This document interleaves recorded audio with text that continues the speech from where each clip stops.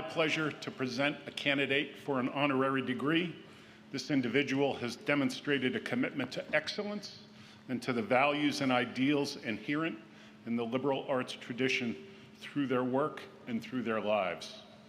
Congresswoman Stephanie Murphy, please come forward.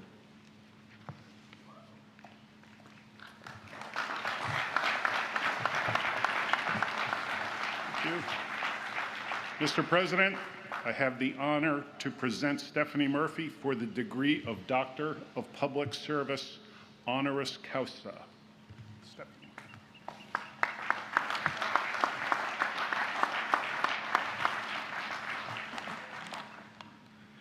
Stephanie Murphy, Doctor of Public Service. United States Congresswoman Stephanie Murphy, you represent Florida's 7th Congressional District in the House of Representatives with pride.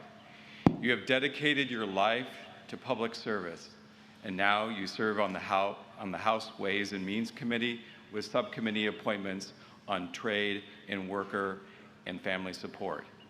In addition, you serve on the House Armed Services Committee, where you are Vice Chair of the Subcommittee on Intelligence and Special Operations, and are a member of the Subcommittee on Tactical Air and Land Forces. The breadth of your various appointments illustrates both the value of your liberal arts undergraduate education and your intellectual commitment to improving the lives of all citizens of the United States. A graduate of the College of William & Mary, earning a BA in economics, and Georgetown University taking an MS in foreign service. Before your election to Congress, you served as a national security specialist in the Office of the Secretary of Defense. You received numerous awards for your accomplishments, including the Secretary of Defense Medal for Exceptional Civilian Service. While working for the Secretary, you were involved with numerous security issues, including counterterrorism, foreign military relations, and strategic planning. Prior to your service at the Pentagon, you were a consultant at Deloitte. Before running for elected office, you were an executive at Sungate Capital, an investment management firm, and an instructor at Rollins College, teaching business and entrepreneurship classes. Born in what is now Ho Chi Minh City, formerly Saigon, Vietnam, you fled your native country with your family by boat when you were just 6 months old. After a U.S. Navy rescue and time in a Malaysian refugee camp, your family arrived in the United States in 1979 under the sponsorship of the Christ Lutheran Church of Fredericksburg, Virginia. Your parents worked long hours at manual labor in order to support you and your brother in the pursuit of better lives in your new country. A first-generation college graduate, you have established yourself with distinction. The 2016 Pulse nightclub massacre spurred you to run for political office. A political novice, you became the first Vietnamese American elected to Congress. Stephanie Murphy, in recognition of your pursuit of public service for the greater good, we are proud to present you with the highest honor that we can bestow.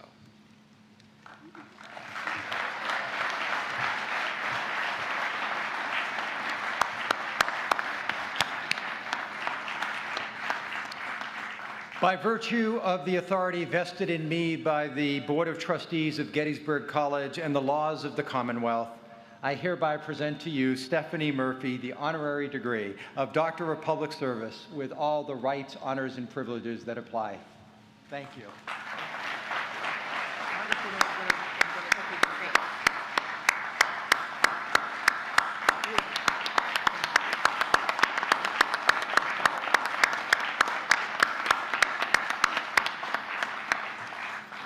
Now that she has received her honorary degree, it is my sincere pleasure to introduce Congresswoman Stephanie Murphy to address the class of 2022.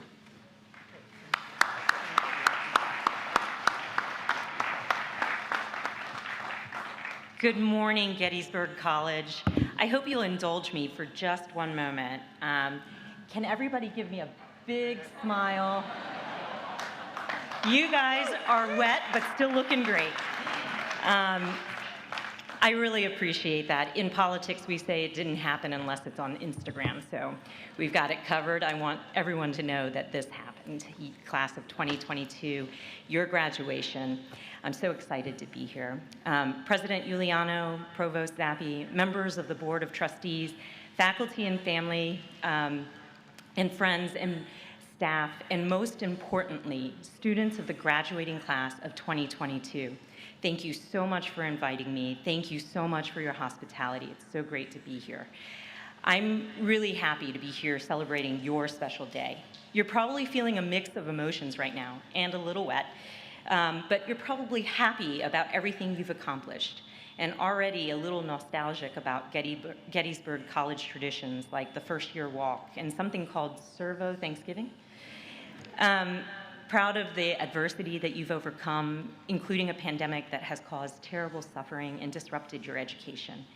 Grateful to your family for always having your back, indebted to them, literally, in every sense of the word.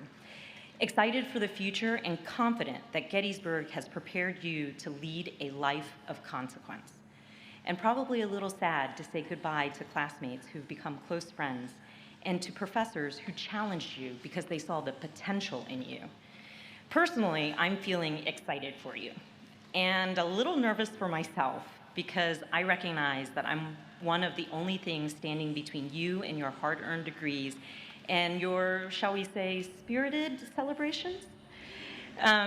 Since President Lincoln set the bar pretty high for speeches delivered in Gettysburg, you know, my goals for this speech are pretty modest.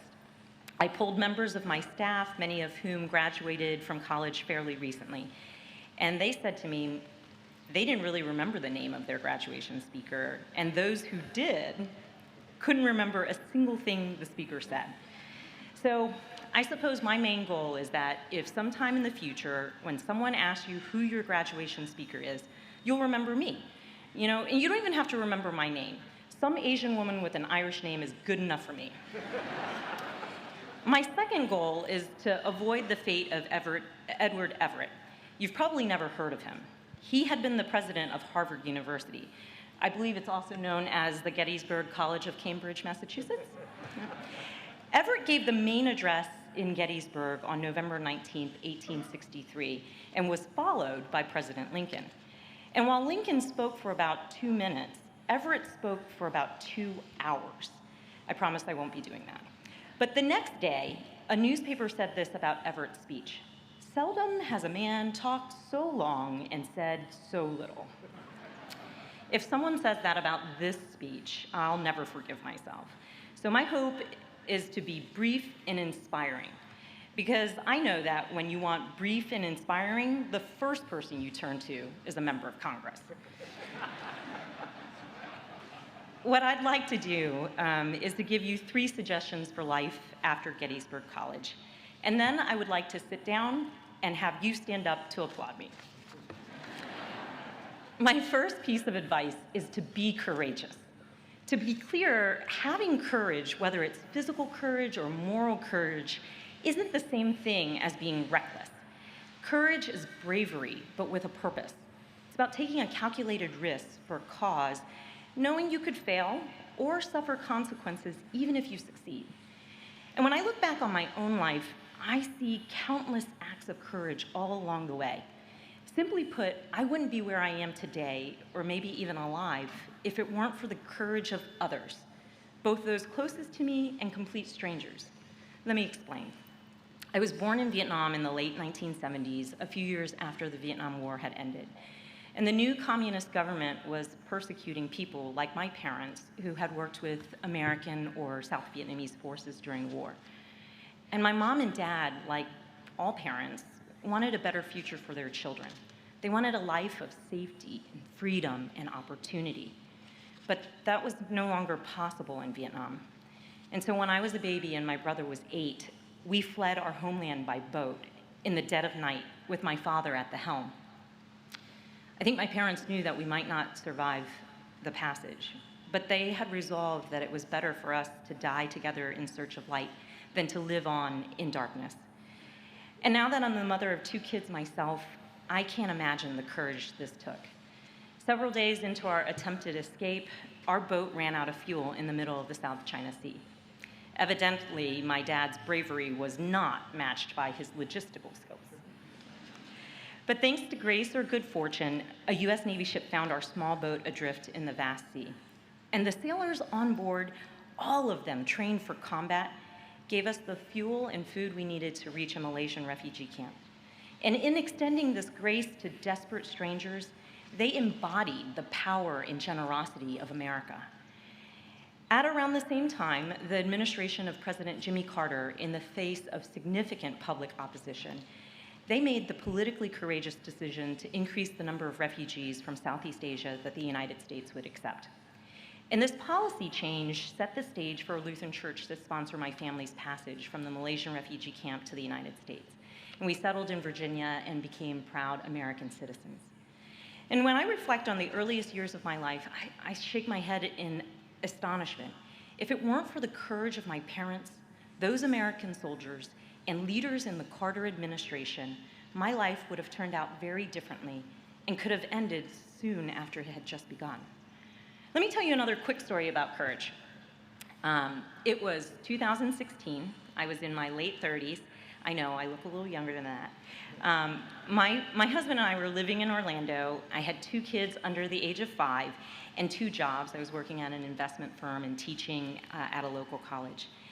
And one evening in June, a man walked into the Pulse nightclub in my city and gunned down 49 innocent people who had gathered that night to dance and have fun with their friends. And the incident shocked me, as did the inadequate response from the long-serving member of Congress who represented the area. So I did something that a few people called courageous, but that most people called crazy. And trust me, it's often a very fine line. I launched a 4-month campaign for Congress trying to unseat a 24-year incumbent. And did I mention the only elected office I'd ever held was vice president of my sorority? So on election eve, before we knew the results, my husband, who's sitting over there, also wet, he presented me with this ring. And he told me, whatever happens tonight, whether you win or you lose, you've earned this ring because you had the courage to try. Well, in a huge shock to everyone, myself included, I won, becoming the first Vietnamese American woman ever elected to Congress in our nation's history.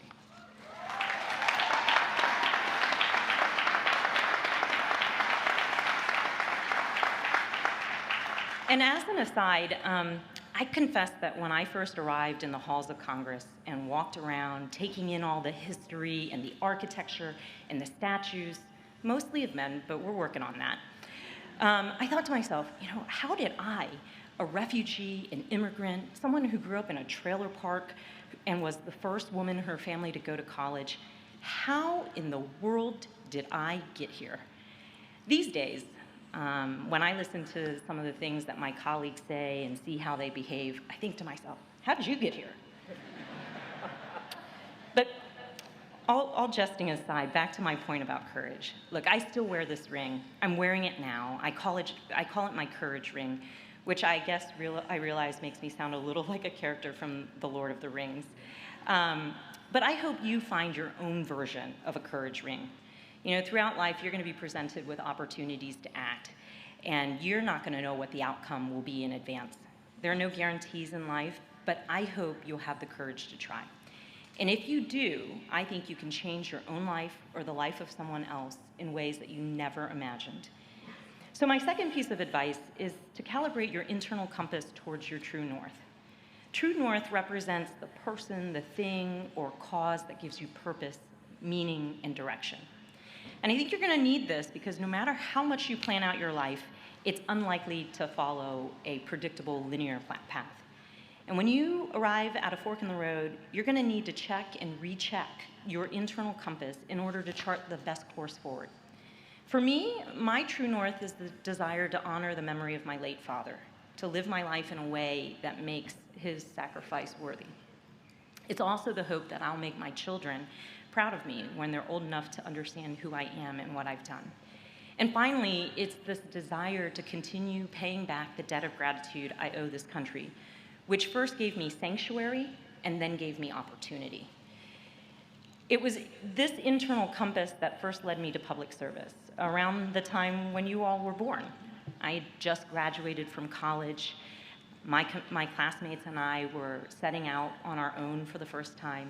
We were splitting our time between our first jobs and big city versions of college weekends. And then on September 11, 2001, terrorists flew planes into the Twin Towers in New York City. They flew a plane into the Pentagon in Washington, D.C., and they planned to fly another plane into a high-profile target in our capital. Thanks to the unbelievable courage of its passengers, that plane instead crashed into a field here in Pennsylvania. For me, I saw the nation I love come under attack. So I quit my private sector job, I went back to grad school, and got a job at the Department of Defense. It was an honor to work alongside the men and women in uniform, the same uniform worn by those sailors who had rescued my family so many years earlier. I think my dad was proud I was helping to chip away at the debt our family owed this country. And one day, I hope my children will be proud of me for doing my part to leave them a safer world. And I hope my country is proud of me for giving the best of myself during her time of crisis. My late father, my children, my country. Together, they're my true north on my internal compass. They've helped me make decisions as I try to lead a life of consequence. And I urge you to find your own true north. It'll guide you as you head into your next adventure. And finally, I hope you strive for a life of service. You know, in my experience, nothing will give you a greater sense of personal satisfaction than dedicating your time and talents to helping others. There are many different ways to do this, and I'm sure to the great relief of the parents out there, not all of them require you to take a vow of poverty. You can do good and do well. And I'll also make a personal plea. I hope you'll consider a career, or at least a serious stint in government service, because boy, does our country need young people like you right now. You're living through one of the most challenging moments in history, a global pandemic, climate change threatening the only planet we have, an uncertain economic outlook, Russia's invasion of Ukraine, an America that is deeply divided. At times, it feels like our union, which thousands of soldiers died to preserve just steps from where you sit today, is unraveling at the seams. And at my own graduation over 2 decades ago, a man who became my mentor made the same plea to me and my classmates. General Brent Scowcroft had been the National Security Advisor to 2 presidents, and he said, "I ask you to consider public service, not because it is easy, but because it is hard, rewarding, and oh so necessary. How well the wonderful things this great nation stands for will be preserved and projected will depend on the quality of people whose hands are on the helm of state." Those words ring more true today than ever. So graduates, you sit here today for the final time at your commencement, the beginning of the next stage of your lives, each of you destined to head down a different path. Through education and experience, you've acquired knowledge and developed character. You've proven yourself to be strong and resilient. You've endured remote learning and social isolation, and you've sacrificed to keep others safe and healthy. Through it all, you've persevered. Your diploma bears a name, Gettysburg, that is central to the American story and represents what is best about the American spirit. That should make you feel proud and humble. As a Gettysburg graduate, you are now ready to do great work for your community, your country, and your world. I urge you to be courageous, to find your purpose, and to live a life of service. You've made this place so proud. You've made the people who love you proud, and I know you'll continue to make them proud. Good luck and Godspeed. Thank you.